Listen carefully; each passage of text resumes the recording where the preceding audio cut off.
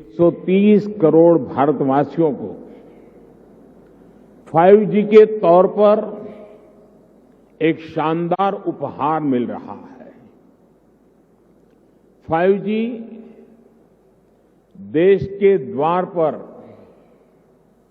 नए दौर की दस्तक लेके आया है। 5G अवसरों के अनंत आकाश की शुरुआत है। मैं प्रत्येक भारतवासी को इसके लिए बहुत बहुत बधाई देता हूं। साथियों, मैं गौरव से भरे इन क्षणों के साथ ही मुझे खुशी इस बात की भी है कि 5G की शुरुआत में ग्रामीण स्कूलों के बच्चे भी हमारे साथ सहभागी हैं, गांव भी सहभागी है, मजदूर गरीब भी सहभागी है।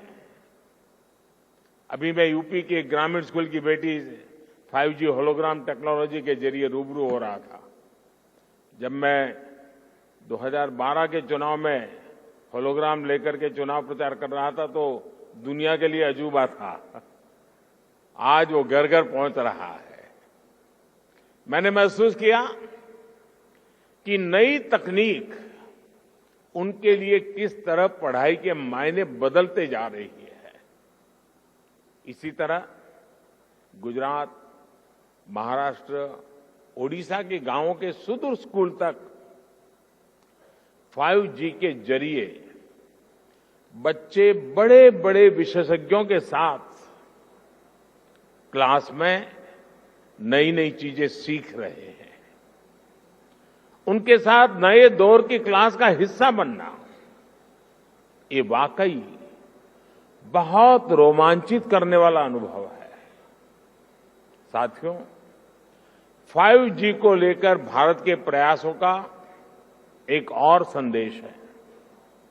नया भारत टेक्नोलॉजी का सिर्फ कंज्यूमर बनकर नहीं रहेगा, बल्कि भारत उस टेक्नोलॉजी के विकास में, उसके इम्प्लीमेंटेशन में बहुत बड़ी एक्टिव भूमिका निभाएगा। भविष्य की वायरलेस टेक्नोलॉजी को डिजाइन करने में, उससे जुड़ी मैन्युफैक्चरिंग में भारत की बड़ी भूमिका होगी। 2G, 3G, 4G के समय भारत टेक्नोलॉजी के लिए दूसरे देशों पर निर्भर रहा, लेकिन 5G के साथ भारत ने नया इतिहास रच दिया है। 5G के साथ भारत पहली बार टेलीकॉम टेक्नोलॉजी में ग्लोबल स्टैंडर्ड तय कर रहा है। भारत लीड कर रहा है। आज इंटरनेट का इस्तेमाल करने वाला हर व्यक्ति इस बात को समझ रहा है कि 5G इंटरनेट का पूरा आर्किटेक्चर बदल कर रख देगा। इसलिए भारत के युवाओं के लिए आज 5G बहुत बड़ी अपॉर्चुनिटी लेकर आया है। मुझे खुशी है कि विकसित भारत का संकल्प लेकर आगे बढ़ रहा हमारा देश दुनिया के अन्य देशों के साथ किस तरह कदम से कदम मिलाकर चल रहा है। ये भारत की बहुत बड़ी सफलता है।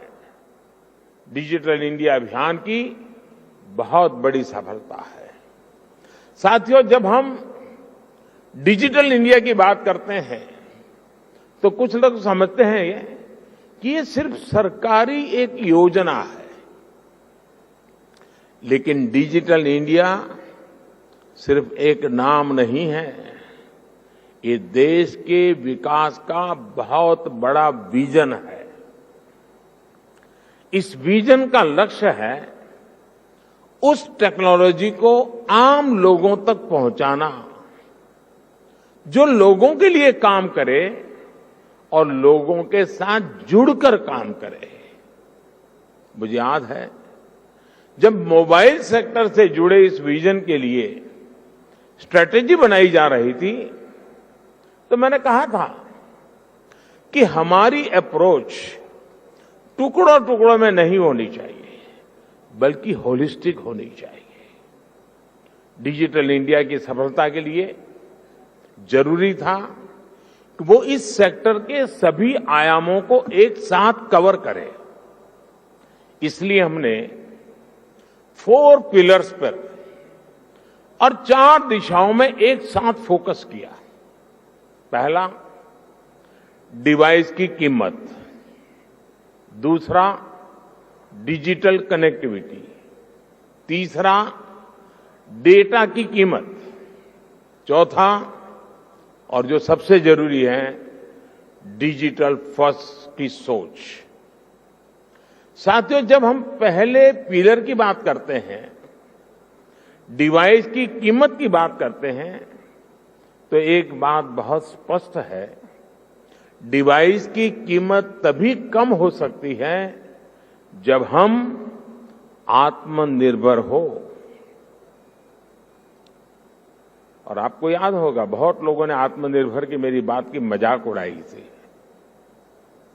2014 तक हम करीब 100% मोबाइल फोन आयात करते थे, विदेशों से इंपोर्ट करते थे।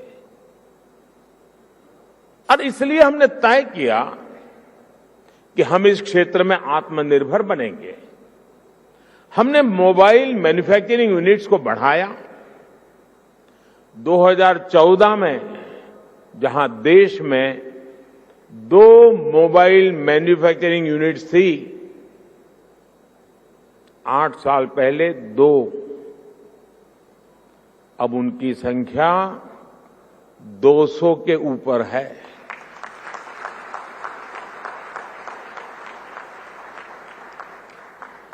हमने भारत में मोबाइल फोन के उत्पादन को बढ़ाने के लिए इंसेंटिव दिए, प्राइवेट सेक्टर को प्रोत्साहित किया। आज इसी योजना का विस्तार आप पीएलआई स्कीम में भी देख रहे हैं। इन प्रयासों का नतीजा बहुत पॉजिटिव रहा। आज भारत मोबाइल फोन उत्पादन करने में दुनिया में नंबर 2 पर है। इतना ही नहीं, जो कल तक हम मोबाइल इंपोर्ट करते थे, आज हम मोबाइल एक्सपोर्ट कर रहे हैं, दुनिया को भेज रहे हैं। जरा सोचिए, 2014 में 0 मोबाइल फोन निर्यात करने से लेकर आज हम हजारों करोड़ के मोबाइल फोन निर्यात करने वाले देश बन गए हैं, एक्सपोर्ट करने वाले देश बन चुके हैं। स्वाभाविक है, इन सारे प्रयासों का प्रभाव डिवाइस की कीमत पर पड़ा है। अब कम कीमत पर हमें ज्यादा फीचर्स भी मिलने लगे हैं। साथियों, डिवाइस कॉस्ट के बाद जो दूसरे पिलर पर हमने काम किया, वो है डिजिटल कनेक्टिविटी का। आप भी जानते हैं कि कम्युनिकेशन सेक्टर की असली ताकत कनेक्टिविटी में है। जितने ज्यादा लोग कनेक्ट होंगे, इस सेक्टर के लिए उतना अच्छा है। अगर हम ब्रॉडबैंड कनेक्टिविटी की बात करें, तो 2014 में 6 करोड़ यूजर्स थे। आज इनकी संख्या बढ़कर 80 करोड़ से ज्यादा हो चुकी है। अगर हम इंटरनेट कनेक्शन की संख्या की बात करें, तो 2014 में जहां 25 करोड़ इंटरनेट कनेक्शन थे, वहीं आज इसकी संख्या करीब करीब 85 करोड़ पहुंच रही है, 85 करोड़ पहुंच रही है। ये बात भी नोट करने वाली है कि आज शहरों में इंटरनेट यूजर्स की संख्या के मुकाबले हमारे ग्रामीण क्षेत्रों में इंटरनेट यूजर्स की संख्या तेजी से बढ़ रही है। और उसकी एक खास वजह है, 2014 में जहां देश में 100 से भी कम पंचायतों तक ऑप्टिकल फाइबर पहुंचा था, आज 1,70,000 से भी ज्यादा पंचायतों तक ऑप्टिकल फाइबर पहुंच चुका है। अब कहां 100 और कहां 1,70,000। जैसे सरकार ने घर घर बिजली पहुंचाने की मुहिम शुरू की, जैसे हर घर जल अभियान के जरिए हर किसी तक साफ पानी पहुंचाने के मिशन पर काम किया, जैसे उज्ज्वला योजना के जरिए गरीब से गरीब आदमी के घर में भी गैस सिलेंडर पहुंचाया, जैसे हमने करोड़ों की तादाद में लोग बैंक अकाउंट से वंचित थे, करोड़ों लोग जो बैंक से नहीं जुड़े थे, आजादी के इतने साल के बाद जनधन अकाउंट के द्वारा हिंदुस्तान के नागरिकों को बैंक के साथ जोड़ दिया। वैसे ही हमारी सरकार इंटरनेट फॉर ऑल के लक्ष्य पर काम कर रही है। साथियों, डिजिटल कनेक्टिविटी बढ़ने के साथ ही डेटा की कीमत भी उतनी अहम हो जाती है। ये डिजिटल इंडिया का तीसरा पिलर था जिस पर हमने पूरी शक्ति से काम किया। हमने टेलीकॉम सेक्टर के रास्ते में आने वाली तमाम अड़चनों को हटाया। पहले विजन की कमी और पारदर्शिता के अभाव में टेलीकॉम सेक्टर को तमाम मुश्किलों का सामना करना पड़ता था। आप परिचित हैं कि कैसे हमने 4G तकनीक के विस्तार के लिए पॉलिसी सपोर्ट दिया। इससे डेटा की कीमत में भारी कमी आई और देश में डेटा क्रांति का जन्म हुआ। देखते ही देखते ये तीनों फैक्टर, डिवाइस की कीमत, डिजिटल कनेक्टिविटी और डेटा की कीमत, इसका मल्टीप्लायर इफेक्ट हर तरफ नजर आने लगा।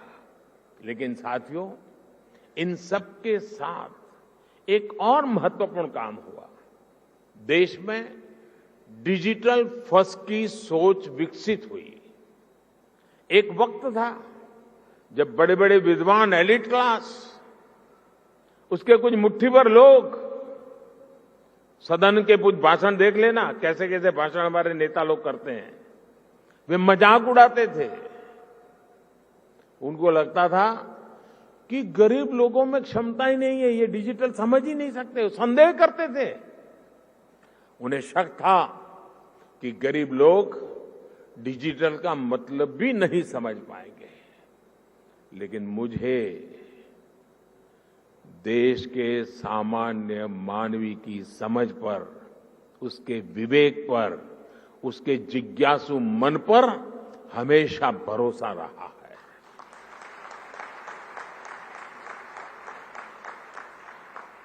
मैंने देखा है कि भारत का गरीब से गरीब व्यक्ति भी नई तकनीकों को अपनाने में आगे रहता है। और मैं एक छोटा अनुभव बताता हूं। शायद ये 2007-8 का कालखंड होगा या 9-10 का, मुझे याद नहीं है। मैं गुजरात में मुख्यमंत्री रहा, लेकिन एक क्षेत्र ऐसा था जहां मैं कभी गया नहीं था और बहुत ही ट्राइबल इलाके में, बहुत ही पिछड़ा। मैं, हमारे सरकार के अधिकारियों ने भी मुझे एक बार वहां कार्यक्रम करना ही करना है, मुझे जाना है। तो वो इलाका ऐसा था, कोई बड़ा प्रोजेक्ट की संभावना नहीं थी, फॉरेस्ट लैंड थी, कोई संभावना हो रही थी। तो आखिर में एक चिलिंग सेंटर, दूध का चिलिंग सेंटर, वो भी 25 लाख रुपए का। मैंने कहा भले वो 25 लाख का होगा, 25,000 का होगा, मैं खुद उद्घाटन करूंगा। अब लोगों को लगता है ना, चीफ मिनिस्टर को इससे नीचे तो करना नहीं चाहिए। मुझे ऐसा कुछ होता नहीं है। तो मैं उस गांव में गया अच्छा, वहां में एक पब्लिक मीटिंग करने के लिए भी जगह नहीं थी, तो वहां से 4 किलोमीटर दूर एक स्कूल का छोटा सा मैदान था, वहां पब्लिक मीटिंग ऑर्गेनाइज की। लेकिन जब वो चिलिंग सेंटर पे गया मैं, तो आदिवासी माताएं बहनें दूध भरने के लिए कतार में खड़ी थी। तो दूध का अपना बर्तन नीचे रख करके जब हम लोग गए और उसकी उद्घाटन की विधि कर रहे थे, तो मोबाइल से फोटो ले रही थी। मैं हैरान था, इतने दूर दरार के क्षेत्र में मोबाइल से फोटो ले रही है। तो मैं उनके पास गया, मैंने कहा, फोटो लेके क्या करोगी? तो बोली, डाउनलोड करेंगे।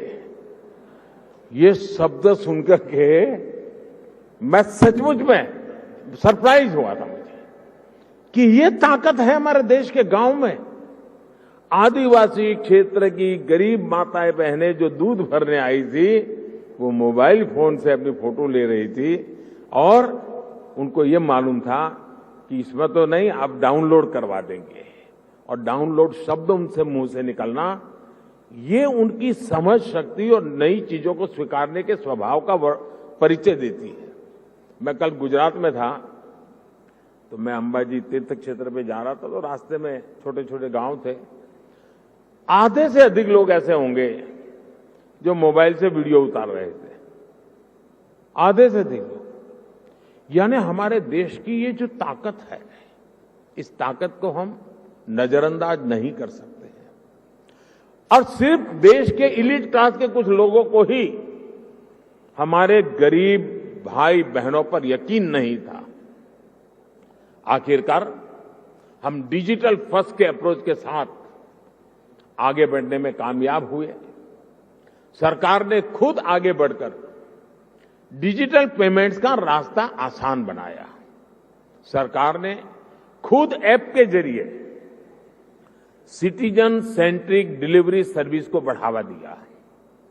बात चाहे किसानों की हो या छोटे दुकानदारों की, हमने उन्हें ऐप के जरिए रोज की जरूरतें पूरी करने का रास्ता दिया। इसका नतीजा आज आप देख सकते हैं। आज टेक्नोलॉजी सही मायने में डेमोक्रेटिक हो गई है, लोकतांत्रिक हो गई है। आपने भी देखा है कि डिजिटल फर्स्ट की हमारी अप्रोच ने कोरोना वैश्विक महामारी के इस दौर में देश के लोगों की कितनी मदद की।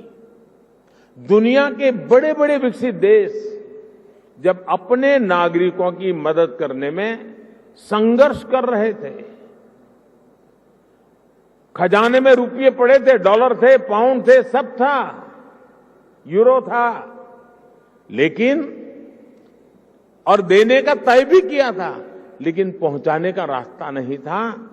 भारत एक क्लिक पर हजारों करोड़ रुपए मेरे देश के नागरिकों के खाते में ट्रांसफर कर रहा है।